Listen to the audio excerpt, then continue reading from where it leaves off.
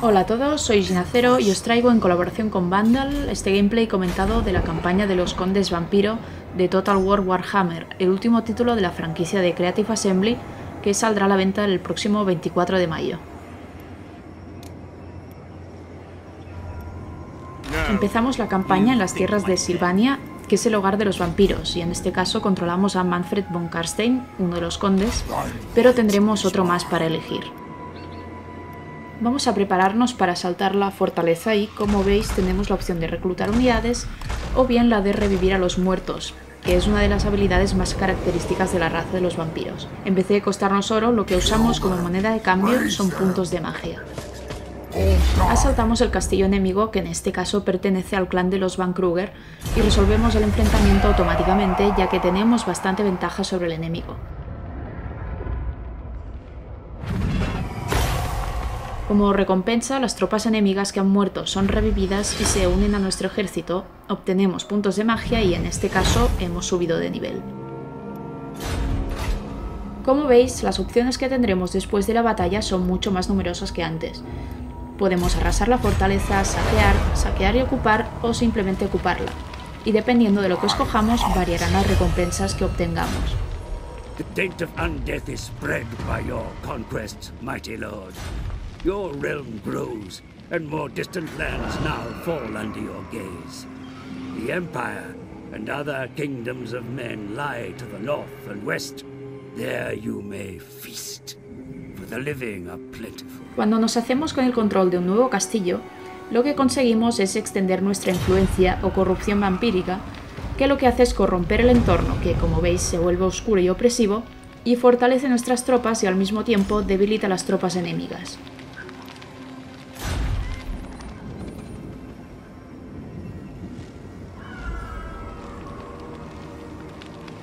El sistema de construcción de Total War Warhammer tiene más opciones, pero a grandes rasgos nos da las mismas ventajas que nos daban en los juegos anteriores, es decir, reclutar tropas y desbloquear unidades, garantizar el orden público y concedernos puntos de magia, que es lo que equivaldría al oro.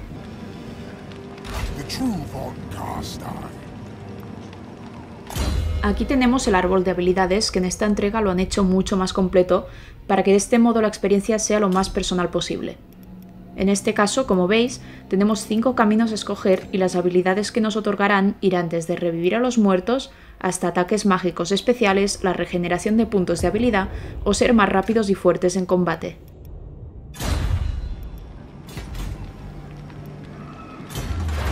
Y este es el árbol de tecnología, que sigue siendo un pilar importante en el juego. En el caso de los vampiros, la tecnología no está tan desarrollada como la de los humanos o los enanos, y se basa más en concedernos bonificaciones y en fortalecer nuestros ejércitos que no en la construcción de armas y artilugios.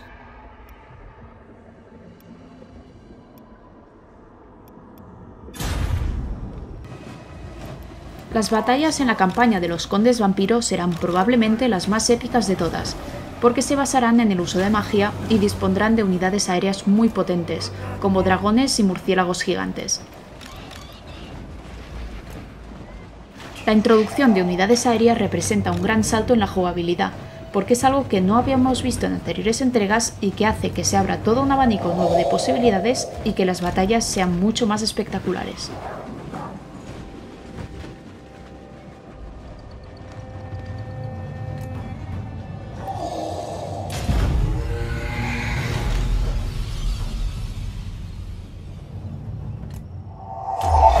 Han añadido también esta vista cenital del mapa de batalla, que es muy útil porque nos permite ver mucho mejor la posición de nuestras tropas y las de los enemigos.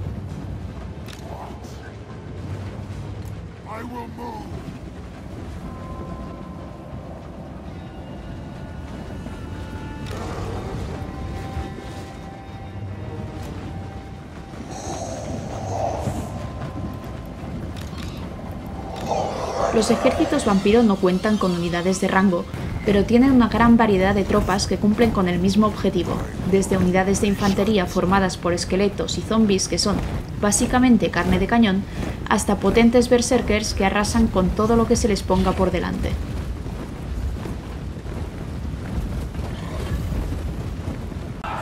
También disponen de manadas de wargos, gigantescos lobos que han sido devueltos a la vida y que siguen al Lord Vampiro a la guerra como si fuera el líder de la manada.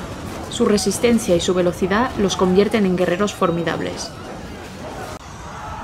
Entre las unidades aéreas encontramos bandadas de murciélagos gigantes y los temibles Bargeist, estos enormes humanoides alados que merodean el campo de batalla, dispuestos a atacar al enemigo con una furia y un apetito voraz. A su vez, la habilidad de los condes vampiro de revivir a los muertos nos será muy útil, porque nos permitirá aumentar nuestras unidades en el mismo terreno de batalla.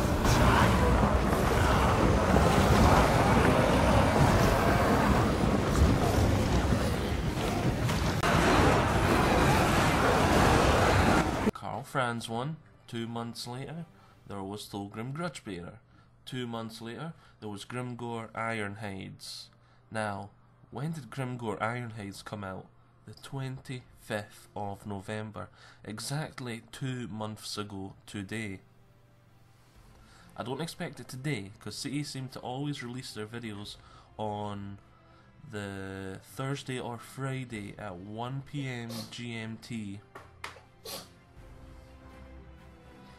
Invasions, and I wasn't the only one that believed we were getting something big this week. When I mentioned it on the forum, double invasion, I've got an invasion of a little boy, someone else said they expected something big was coming this week, and his reasoning was, I can't remember who this person was on the forum, so sorry I'm not crediting you, but it was someone on the forum. And his reasoning was, they always get rid of a lot of their sticky threads just before they release something big in the community, about a week before, and apparently some of the sticky threads have disappeared, all the older ones. So it's not just me that's expecting something big. So I was actually quite pleasantly surprised that some other people were expecting something big too. Now on to the other thing I want to talk about in this video. Regional occupation. Now, there's been a lot of talk whether this is good or bad. I'm going to try and give a neutral sort of, it could be bad, it could be good sort of perspective. Apparently, well, it's something that's been really hated since it was announced in the community, and it has been dubbed the Nemesis system. And I just want to put something to bed before we start. The Nemesis system technically doesn't exist. It's worse than, it was just like a worse version of this regional occupation, and it stated that it was basically you could only take over your arch nemesis provinces and cities, which was a misconception when it was first released by many, and especially with the naming of what they called it, the Nemesis. What the regional occupation is actually like is that there's 2 pools of cities and villages and provinces. Well, 2 pools of provinces, really. One that are mountains, and one that is the sort of human lands. The orcs and goblins, well, the Greenskins and the Dwarfs obviously can capture the mountain ones, and the humans, Bretonnians and vampire counts can capture the human ones. And understandably at first a lot of people were outraged by this. And I was more, I wonder why they're doing this. It's a pretty big sort of move. There's got to be some sort of reasoning behind it. And the original reason also got people in an uproar because they said it was a lure reason, which debatably can make sense and can't make sense, because there's examples of the lure of that Nefertia, I can't remember her name off the top of my head, Nefertia or something, the vampire count that was in a dwarven hold. There's the humans used to own the Badlands before they moved north, migrated north. There's the border princes are technically reclaimed Badlands. There's tons of examples that lure that doesn't make sense that way, but what was it? The way I think of it is they always said time doesn't matter in this game. So when you're thinking of it in our older Total Wars, when you conquer somewhere, you've got to sort of settle the populace, make them manageable and all that. So the humans wouldn't be able to settle an orc population and start taxing them. They'd have to wipe them out and start again. And that's going to be a long and arduous process. That's going to take a long time. And I really do not see how, in a game where time doesn't advance, they could justify all of a sudden you turn a huge dwarven orc city into a human one. But I don't think they've really commented on that, so that's not really the real reasoning. And when they came out with this dev blog, which there'll be a link in the description, it makes the real sort of reason much more valid, sort of viewable, and it's quelled the hate quite a bit. There's still quite a lot of hate over this new system, but it seems to be, it's got its defenders now, whereas before the defenders really didn't have anything to use to defend it. What looks good about it is, instead of you always just going, I'm just painting my map this colour, this area's a problem, just paint it my colour, there's no real strategy to it. Whereas, well, let's take a look at the picture of Owl's campaign, 300 turns in, and this is what I find really interesting. The other image before you were seeing was, just before I forget to say, is the blue parts of the map were dwarven and orc settlements, the white part of the map was the humans, vampires and so on, and the black and the green is Norskin settlements up the top. I don't know why they're separated, and there's evidence that the black can take over the green, so I think it was just for some reason the two Norskin factions or something, and they're just there. I don't know why. I don't know what it represents. But back to Owl's campaign, 300 turns in. He's playing as the vampire counts. And the thing I find really interesting is, it's 300 turns in, he's met his short-term goals, and I don't know, they said he's almost reached his long-term goals or something like that. I can't remember, I haven't read the blog in a couple of days. But look how little land he actually owns. He owns that one little territory up in the north that he's using to, where he's got Manfred to try and stop the chaos rampaging through and get into his lands. He's using it like a choke point, like Blackfire Pass or the Hot Gates at Thermopylae. And look how much little land he actually owns, and he's met his victory conditions.